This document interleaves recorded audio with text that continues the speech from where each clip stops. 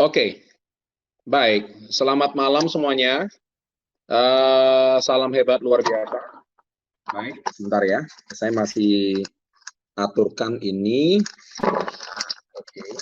Senang sekali pada malam hari ini saya kembali bisa hadir ya di acara webinar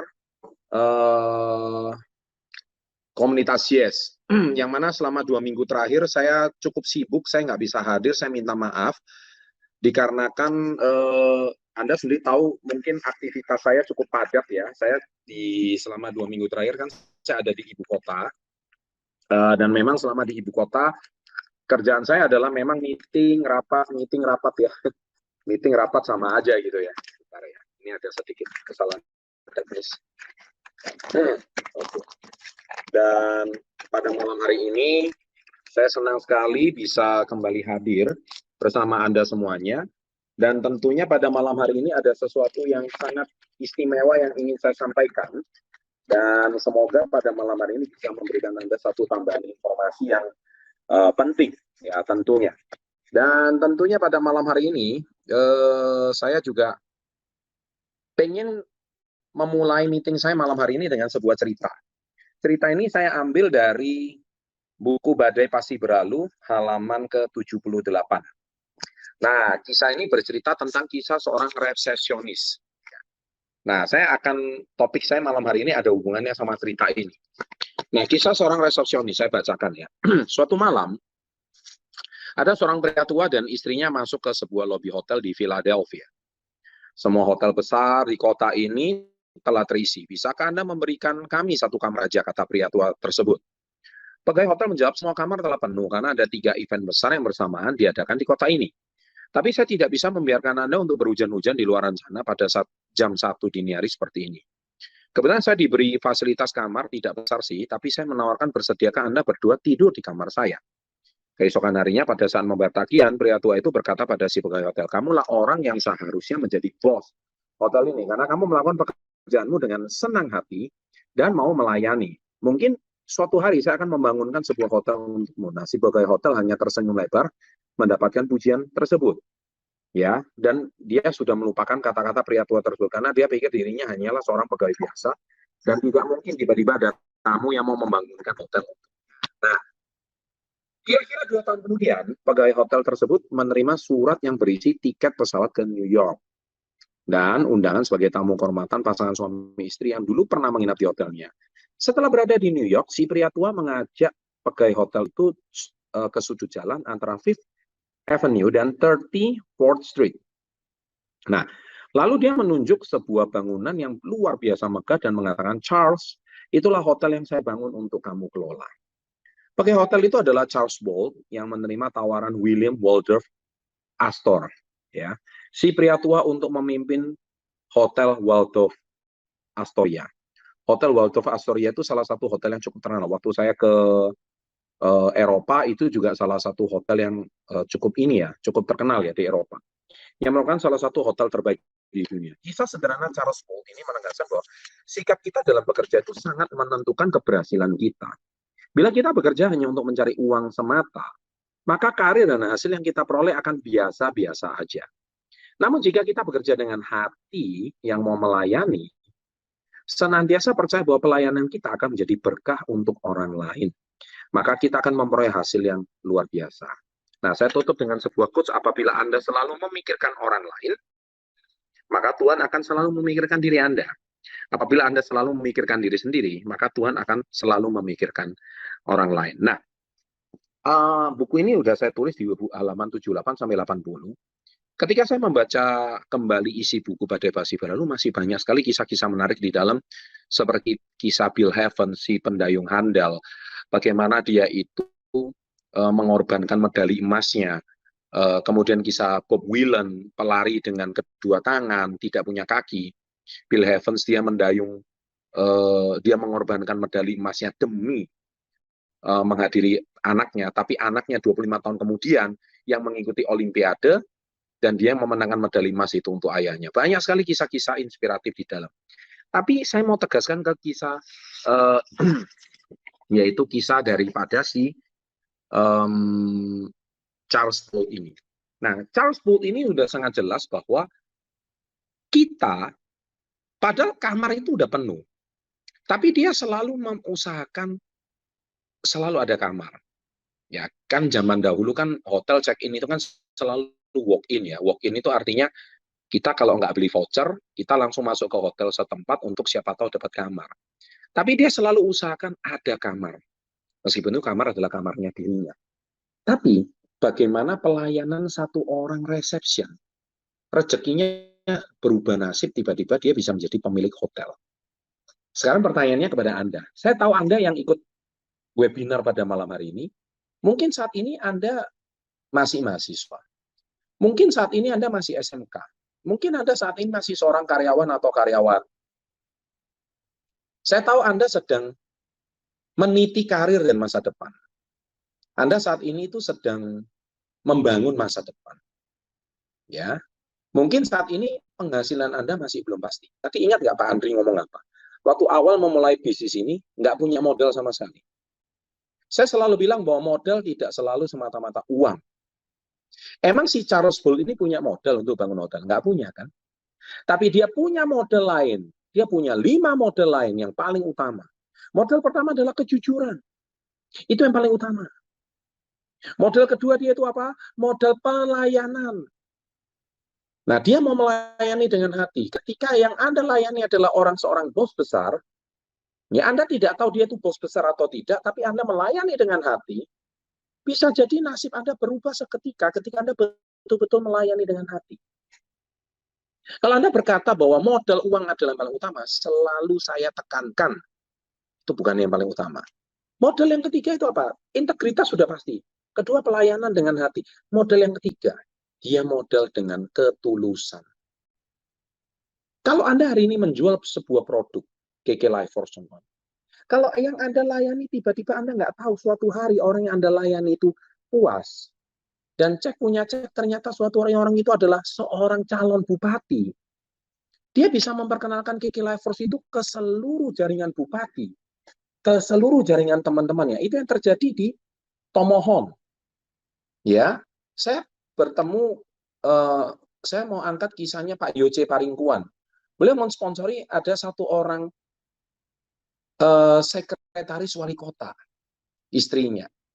Kalau Anda mensponsori seseorang yang tepat, kita tidak pernah akan tahu. Ketika dia cocok dengan KK Life Force, dia kenalkan ke seluruh jaringan teman-temannya, bahkan di seluruh Jakarta. Dalam waktu cuma 3-4 bulan menjadi Crown Star Director. Kita nggak pernah akan tahu. Ya, sekali lagi saya tegaskan, kita tidak pernah akan tahu nasib kita ke depan itu seperti apa. Tapi saya cuma tahu satu hal. Anda selalu jangan bilang bahwa bisnis itu modal yang paling utama. Modal yang paling utama. I'm disagree. Saya tidak setuju sama sekali. Saya selalu tegaskan itu. Dan yang keempat, apa yang ditawarkan oleh seorang Charles Bull, selain modal kejujuran, dia memiliki modal satu. Selain ketulusan, kejujuran, integritas, dia memberikan modal apa? Dia memberikan modal apa ya? Barang miliknya. Yang mana kamarnya. Toh dia mengatakan, saya malam ini bekerja. Dari jam malam sampai pagi. Saya nggak tidur. Tapi dia mau menukar kamar miliknya kepada pengusaha itu tadi. Dia nggak tahu itu pengusaha atau apa. Tapi dia menggunakan hatinya. Nah itu modal apa? Itulah betul-betul saya menggunakan modal hati. Ya, jadi ketika modal hati itu adalah modal di atas segala-galanya. Nah, saya percaya ketika Anda memberikan itu, hasilnya itu luar biasa. Karena saya mau memberikan satu informasi yang sangat luar biasa di akhir sesi saya ini. Tetapi ada baiknya saya menggunakan kisah Charles Bolt yang menjadi karyawan daripada William Waldorf Astor, ya, yaitu Astoria Group, yang salah satu hotel terbaik di dunia. Bagaimana nasib seorang reception tiba-tiba menjadi pemilik hotel? Anda mungkin hari ini seorang reseller komunitas Yes, tapi kita tidak akan tahu kalau suatu hari tiba-tiba nasib Anda berubah menjadi seorang Royal Crown Star Director. Anda bisa punya mobil mewah, bisa punya rumah mewah, dan bisa traveling ke Turki tahun depan, mungkin tahun depan bisa ke Amerika. Kita tidak pernah akan tahu. Tapi yang saya tahu satu hal, 4 modal tadi never lie, tidak pernah berbohong. 4 modal tadi itu sudah fix dan jelas bagaimana mengubah totalitas nasib dan masa depan. Dan itu sudah terbukti. Ya, saya hari ini saya mau tegaskan, kalau menurut kisah Badai Pasti Berlalu, saya berangkat dari orang yang bukan cuma punya modal, nggak punya modal, minus. Saya starting bisnis ini, saya pinjam uang. Saya starting bisnis ini, saya harus menanggung hutang. Bisa Anda bayangkan. Kalau saya flashback 23 tahun yang lalu, kondisi saya yang sudah saya tuliskan semua di buku Badai Pasti Berlalu, kondisi saya jauh lebih parah dari Anda semua yang mengikuti webinar ini. Jadi kalau Anda hari ini kondisi Anda sedang susah, kondisi Anda saat ini lagi sulit, kondisi Anda saat ini lagi berat hidup kalian, kondisi saat ini hidup Anda sedang tertimpa masalah, mungkin kondisi saat ini Anda sedang di negeri orang, sedang mengais rezeki. Saya ingin berpesan satu hal kepada Anda semua, badai pasti berlalu. Percaya sama saya, karena sebagus apapun program KK Indonesia, sebagus apapun produk KK Indonesia, sebagus apapun perjalanan KK Indonesia, segampang apapun Anda memasarkan produknya, tidak akan jalan kalau Anda belum change your mindset. Kalau di otak Anda saat ini masih bisnis itu butuh modal, butuh modal, butuh modal, butuh relasi, dia nggak punya relasi. Ketika saya percaya, ketika hari ini Tuhan sudah membuka rezeki untuk kalian, seketika itu saja Tuhan akan memikirkan diri Anda. Karena Anda selalu modalnya apa? Modal memikirkan orang lain. Itu yang paling minimal. Saya tahu mungkin saat ini Anda butuh penghasilan. Saya tahu mungkin saat ini Anda lagi dirundung hutang. Saya tahu Anda saat ini mungkin sedang punya masalah finansial. Tapi percaya sama saya, Anda hari ini punya masalah finansial, Anda lagi dirundung hutang, Anda lagi punya masalah, itu karena satu. Karena ulah dan perbuatan Anda sendiri. Loh kok bisa gitu, Pak? Jelas. Ulah dan perbuatan Anda itulah yang menyebabkan hari ini hidup kita itu adalah buah dari perbuatan kita. Entah itu 5 tahun yang lalu atau 10 tahun yang lalu. Nasib Anda 5 tahun sampai 10 tahun ke depan ditentukan dari keputusan Anda hari ini. Kalau si Charles Bull tidak membuat keputusan menggunakan 5 modal tadi, modal ketulusan, modal hati yang tulus, modal memberikan segala-galanya, maka saya percaya hari ini seorang Charles Bull nasibnya tetap seorang reception. Semua orang saya percaya hari ini yang ikut komunitas Yes ini pun, yang ikut seminar ini malam hari ini pun, Anda semua pasti punya satu keinginan untuk apa? Untuk mengubah nasib. Saya tahu. Tapi percaya sama saya, nasib itu tidak akan berubah kalau Anda tidak punya 5 modal utama tadi. Hari ini pun, Anda kalau ngelola uang 1 juta aja nggak bisa, ngelola uang 10 juta aja nggak bisa, gimana Anda mau ngelola uang 1 miliar? Nggak akan bisa, karena saya percaya hukum proses itu tidak pernah berbohong. Orang yang bisa mengelola uang 1 miliar dan akhirnya jadi 10 miliar, itu karena dia sudah berdarah-darah. Dia sudah paham how to manage money. Dia sudah ngerti apa yang harus dilakukan dengan uang 1 miliarnya. Dan seseorang tidak akan pernah mendapatkan uang 1 miliar kalau dia sendiri nggak pernah melatih proses bagaimana dia membayar hutangnya yang sekian puluh juta rupiah tersebut. Saya kalau baca DM Instagram saya itu selalu ketawa. Tiap hari ada aja orang minta duit, minta sumbangan. Ya kan, Pak, ini saya kurang uang 30 juta, bisa nggak Bapak bantu saya? Bahkan manajer saya, staf saya itu pernah ditelepon, ya kan, di WA call, video call. Permisi, saya mau bicara sama Pak Chandra, bisa? Iya, kenapa? Saya punya hutang 500 juta. Bisakah Pak Chandra membantu melunasi hutang saya? Saya janji nanti akan cicil, bla bla bla bla. Who the hell are you, man? Ya kan? Kamu sangka saya ini siapa? Tuhan datang dari langit mau melunasi kamu punya hutang. Yang buat ulah kamu.